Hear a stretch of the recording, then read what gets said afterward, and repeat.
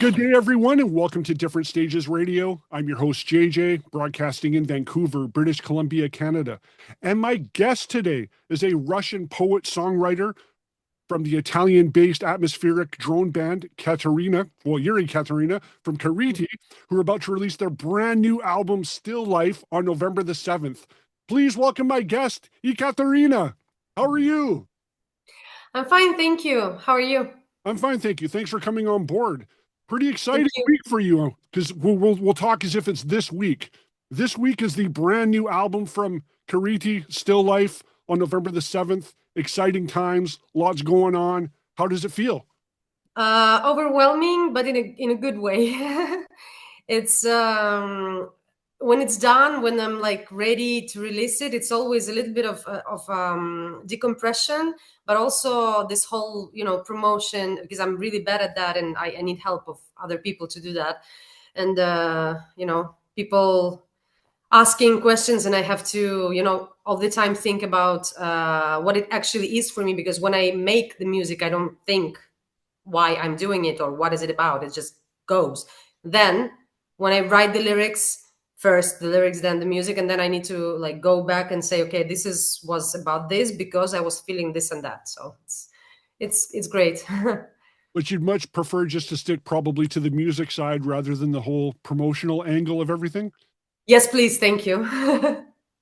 But at the same time, it's great to know that there's people such as myself that, thankfully, to the PR company sending advanced tracks to me and so forth, something made me stop in my tracks and go, there's something really special and unique going on here with Kariti. And hearing the track Purge, I'm like, I need to know more. So that's Oh, the case. Send me some materials here, and then, oh, interview opportunity. I think I need to learn more and get more knowledge and word out there, not just for myself, but people perhaps like myself that haven't had a chance to hear you.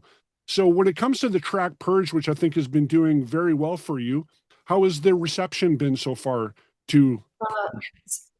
yeah, like it's a very special song, and also it seems to be favored by everyone who heard the not the like the whole album, just a few songs.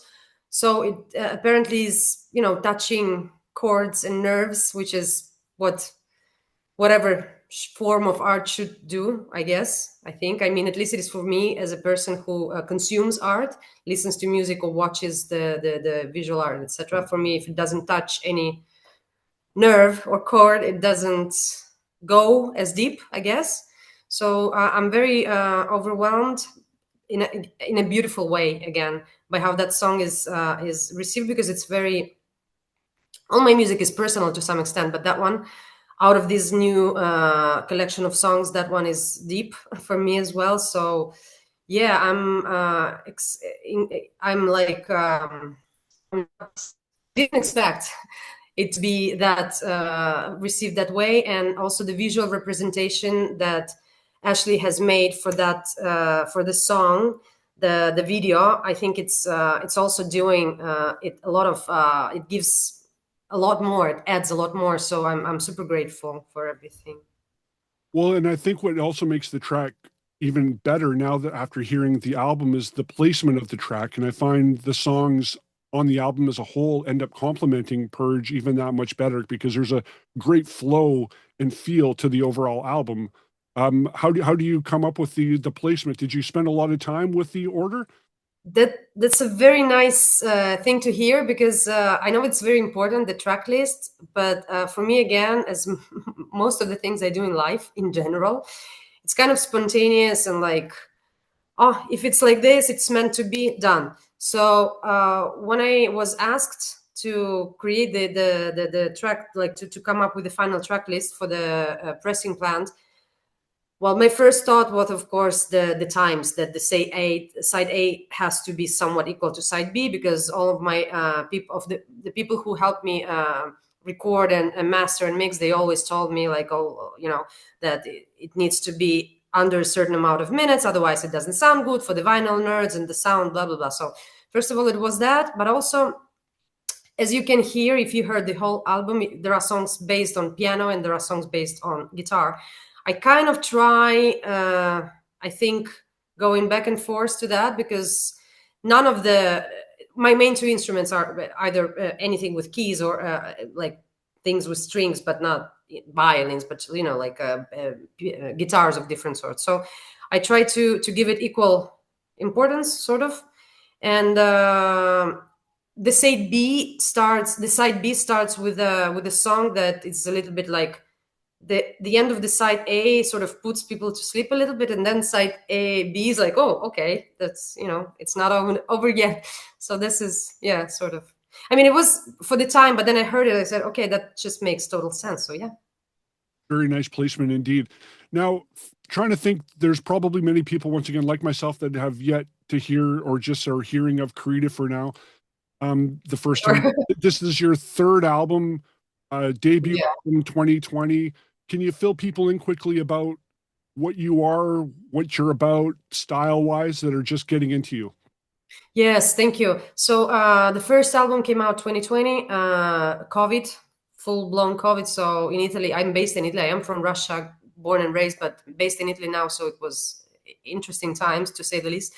And those songs, the first one, are purely for my own benefit to, what is the verb of catharsis? Yeah, yeah. So to catharsize. Yeah, sure. Yeah. I don't know. I'm studying learning Greek now, Yeah. so I'll probably learn what. Just very cathartic, I guess. Yeah. So to elaborate and process some of the things that accumulated in life. Everyone has trauma, emotions, loss, and grief, and I mean, I do, but many people do as well. So that was that. Just the guitar, acoustic guitar. Started very spontaneous because I've been writing poems for all my life, but I've never had a nerve, a courage to. I studied music. I played piano when I was in Russia. Like I studied in music school, but I never had got to record my own music. Just composing little songs, but never actually doing anything seriously or somewhat seriously. And then it just started pouring out, and I needed. There was this guitar, 60s half broken guitar lying in my house because my husband is a musician as well, and we have a lot of instruments, different instruments, and I just started playing it. Like I taught myself how to play, basically, because when I was a kid, my brother taught me a little bit of a few basic chords, but I don't really know how to play guitar. So I taught myself how to do the simple finger picking to create melodies, to be able to sing those poems, because my voice is the only instrument I actually kind of know how to use. So kind of. And that was the first one. I wasn't planning, I didn't know what to do with it. I wasn't planning to release anything. I wasn't planning to play it live, like, ever in my life. But the chain of events, people hearing, sharing, came. A label came forward. They offered to release the album. I'm like, okay, really? Okay, sure. Okay. So I didn't even first time releasing. I didn't look for the label. How lucky was that? Like, how many people can tell? That's crazy. Super grateful for that. And then another record, just like, it took some time, but it was a different side of expressing things, looking at outside of myself, because the first one helped me to finish what I needed to do with my own stuff, not entirely, but most of it. So the second one came different label because I was it happened so that I looked for different home, and that's how I met Desiree, my current label, and she fell in love apparently with the songs, with the music. She didn't know who I am. She never released anything similar to that, because it's not. I don't know how to define it. I hate doing that, but it started as a folk, dark folk, neo folk. Then it evolved into something more. I don't know, ambientish, drone-ish. There are synths, I don't know, and now it's more even. So it's a search of for myself, inside and outside of myself, for different things, different emotions, different concepts, different things that touch any kind of chord in me. So yeah, I don't know. And the third one, it just came out. I just released 1 year ago the second album, and it just, when I was touring for the Dagon, for the second album, these songs started to come out. So here we are. Well, there was definitely, like you said, about it being, well, I'll throw in, I find the sound very personal. And I think that's what drew me in, is Thank hearing you. how authentic and the feel was, that it's like there's something special here, and that you can't ignore. So Thank you you've so definitely much. captured that, as far as that, once again, that raw emotion, and you touched on trauma. I think that's what something that can end up making feel make people relate, and also perhaps feel comfortable and not alone. Well, Kariti in the Church Slavonic language means to mourn the dead, to mourn the death of someone. It's not my name, although many people confuse it because my name is Ekaterina, which is sounds similar, but it's a verb. That's why it's spelled with a small k. And the name of that whole thing is that because I needed to do that. I needed to process the loss I experienced when I was a child more than once, like, uh, and then it kept on. So yeah, it's trauma, and the not the trauma but the grief, it's different. Nothing was done to me, it was just taken from me. It's different, I guess. Creating trauma, maybe, I don't know, whatever. So yeah, this whole thing is from there. So still the music is, as you say, personal because of that, because it's always about something that is somehow related to me. So it's, yeah, when I don't have anything to write about, I just stop. I won't do that anymore. Can't force it. But since the debut, Covered Mirrors, up to now, Still Life, how do you feel you've grown as an artist and a composer, shall we say? Oh my God, those are so like such big words. I'm neither nor artist and the composer. I'm someone who makes some form of art, music in this sense, songs, really nothing deep. Like, I'm not Bach. I'm looking at my vinyls, a collection of Bach. I'm listening. I listen to a lot of classical music. He was a composer. I mean, I'm whatever. But I don't know if I grew as that, but I definitely grew as a person. It's been 5 years. A lot of things changed, and with it, me myself. So one thing I can learned how to be less afraid of playing live, because for me at the beginning it was a nightmare. I just didn't want to do that. I was dying every time. It's still very emotional, but I don't like forget my own lyrics anymore, at least most of the time. And my hands sort of go along with what I want them to do. Sometimes at the beginning it was like the whole, it was nightmarish for me. This So definitely live, playing many shows live, touring a lot. So yeah, that happened for sure. As a person who makes music, I don't know, it's not a growth in the sense of like going up somewhere, just going like this.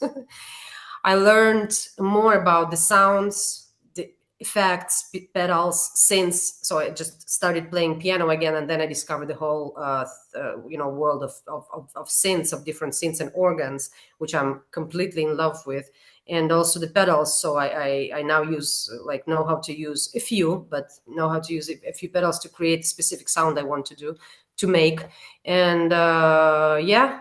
And now I'm like, now again the new stuff already is popping out in my head, and I'm going into a little bit more of a almost experimental, I guess, phase, because I just really like mixing different things. I know very few of all of them, but put together it's okay, I guess.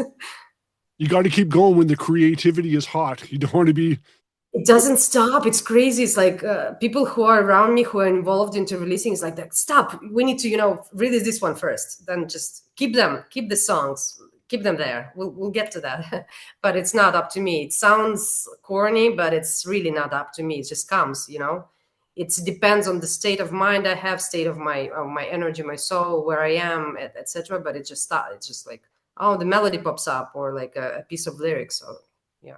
Yeah, and I'm sure you feel the urgency to at least get that idea down, even if it's not complete. At least it's Yeah. there, and you can come back and work on it more later. Absolutely, and like, thank God we have the phones, because it's always like a lyric wrote and written. When I have a piece of paper, I prefer that, but it's not always the case. And like humming a melody, then yeah. So yeah. So when it comes though It's to the lyrics and the overall composition, are you pretty much the sole creator of all of that? Like I know you have some friends involved with the recordings, but is pretty much the overall outlines of the songs pretty much in your hands? yeah, without pretty much, it's all me. I write everything because I couldn't. I love people who help me do this. Those people are basically, first of all, Lorenzo, who recorded all three of my albums and produced it with me. First one, he produced it because I didn't know what to do with it. And the second one, I started to being involved into the sounds and mix and said, well, in mix, I'm always involved because I'm a control freak. I want that exactly. But the first one, it was nothing to mix, just one instrument, one voice. Now it's layers and layers of stuff. So Lorenzo, he definitely is an important, crucial part of that because it wouldn't sound. He helps also not only to create the sound I want, but also comes up with ideas. Let's do this here. Let's do this here. Sometimes I'm like, oh, you crazy, but then yeah, works. And Marco, of course, who plays just one song on the first record with the guitar. By chance, he was coming to pick me up. He's my husband as well. He was coming to pick me up from the studio, and there was a guitar laying there, and he always wanted to try that. So he started playing, and we were listening to the recording of one of the songs. He's like, oh, okay, this riff goes here. And I'm like, oh, nice, let's record that. That's how it happened. Because initially it's my thing, not because I don't like, I'm a egoist, maniac or something.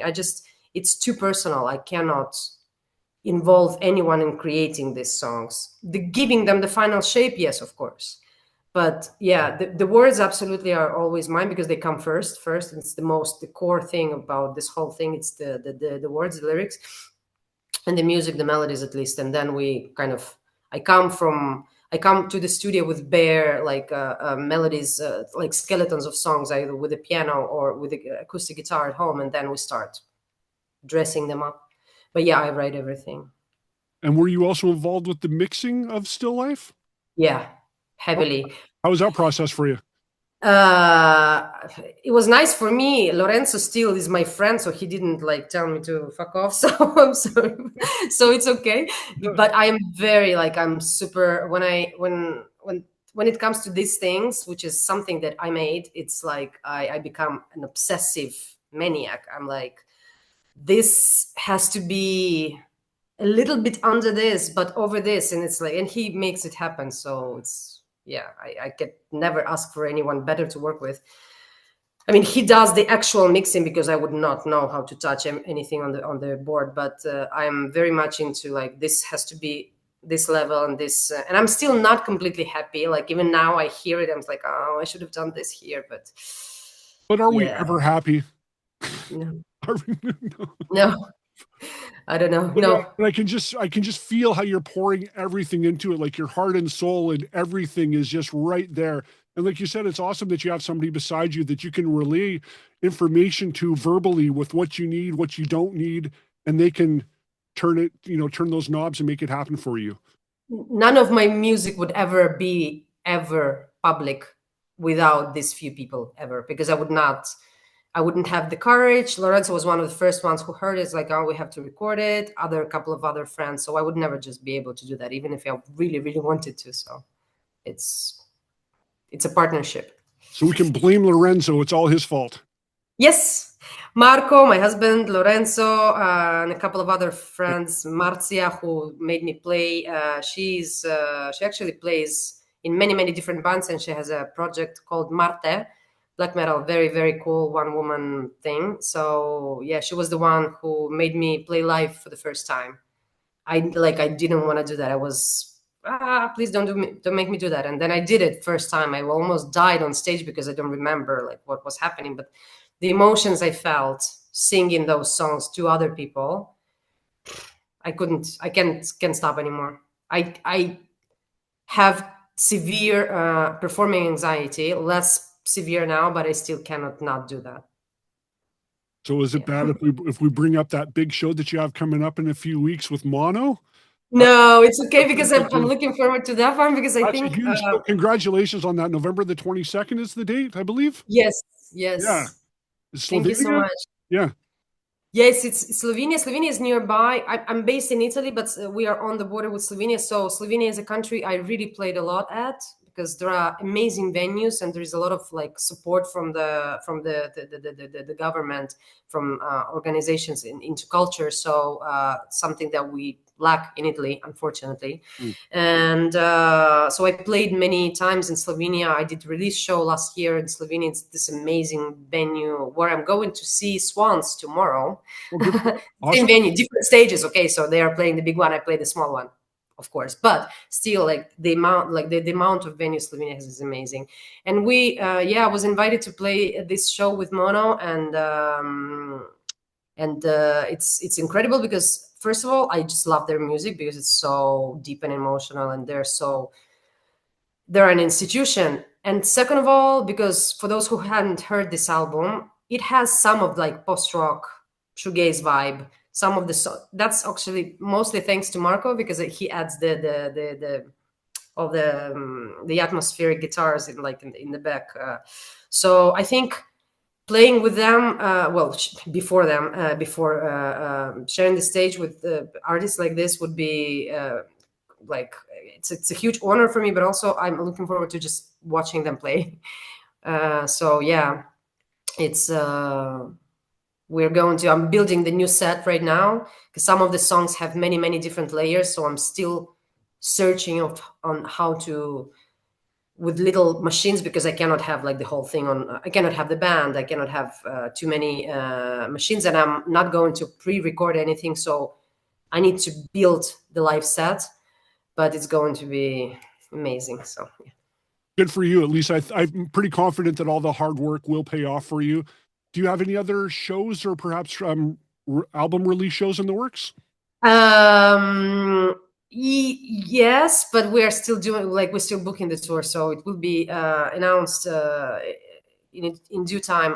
There's not gonna be an album release show per se, because I'm playing this. Well, this I guess I can treat this as my album release show. Why not? With Why not? Mono as huge guests. Sure. They are not aware of that, but that's gonna be my release show. And then I have two shows playing in December. One with the Mon, which is the solo project of Giovanni Urlo, of the singer of and the bass player and key player of UFO Mamut. So we're playing a show together. We're friends. We know each other for a while because he's based in Italy as well. And I used to be involved in organizing shows in my city with my husband. And Giovanni played with UFO Mamut that's how we met. So we're playing together in Vienna, in Austria, and then I go to Stuttgart to a little festival organized by Amin from Coltain, the band I toured with together. I consider my German family, and I'm playing with Grift, who is a Swedish musician. He has two like black metal band, full band, and solo thing.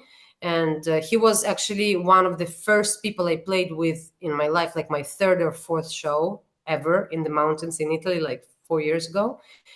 And it will be also Iskander, who is also the guitar player of Duel, and his solo thing, his solo project. So it's going to be great. Yeah. So this is the three shows. And then we are working on some amazing shows in places I've never played before, but later on I cannot speak because it's just not just my thing, so I cannot still speak about it. But things are in motion, so there will be things happening in 2026. Definitely. Yeah. And like you already said, you already have ideas rolling going on for new compositions and new songs. Yeah, I'm going to put like a pause on it. Definitely, I came up with some interesting melodies, and the concept of the album is already lyrics already there, some of it, but I'm going to slow down. It's Still Life is a very important record for me, so I'm going to concentrate on that right now for the time being. And where can we send people to get physical copies of Still Life and support Kariti? Okay, so it will be released on vinyl and CD. Vinyl is currently available to pre-order from my label, Layby Recordings. All the links, like if you go on Instagram, I don't know if I'll you use include links. Instagram. There'll be links set up at the end of the interview. Okay, so it's on my Instagram page or my Facebook page. You have the link in bio thing, and it's all there. And so Bandcamp is the best place to order from me, of course, and the website for the label is to order from the label. And yeah. And if I'm not mistaken, I think release day is Bandcamp Friday, so even added bonus. I think not. I think they're like jumping 1 month, I think. Are they? No. Yeah, but Oh, it's good. I still, think still, it's oh, good. yeah, still, I still. think it's good because on Bandcamp Friday, I focus on buying others people music because I go and like listen and buy because it's the way to support. But because I cannot always go see them live, because if I see them live, of course I buy. But we based in Italy. A lot of artists are based elsewhere. So yeah, so it's okay that it's coming on a non-Bandcamp Friday. Well, once again, Still Life will be out on Lay Bear Recordings on November the 7th. Ekaterina, it's been a pleasure chatting with you and learning more about your music. And yeah, very inspiring. And I'm very excited for you. And I think you're just building something really cool. So all the best to you. This is JJ. Thank you. Thank you so much, DJ. Thank you for having me. You're welcome. This is Different Stages Radio.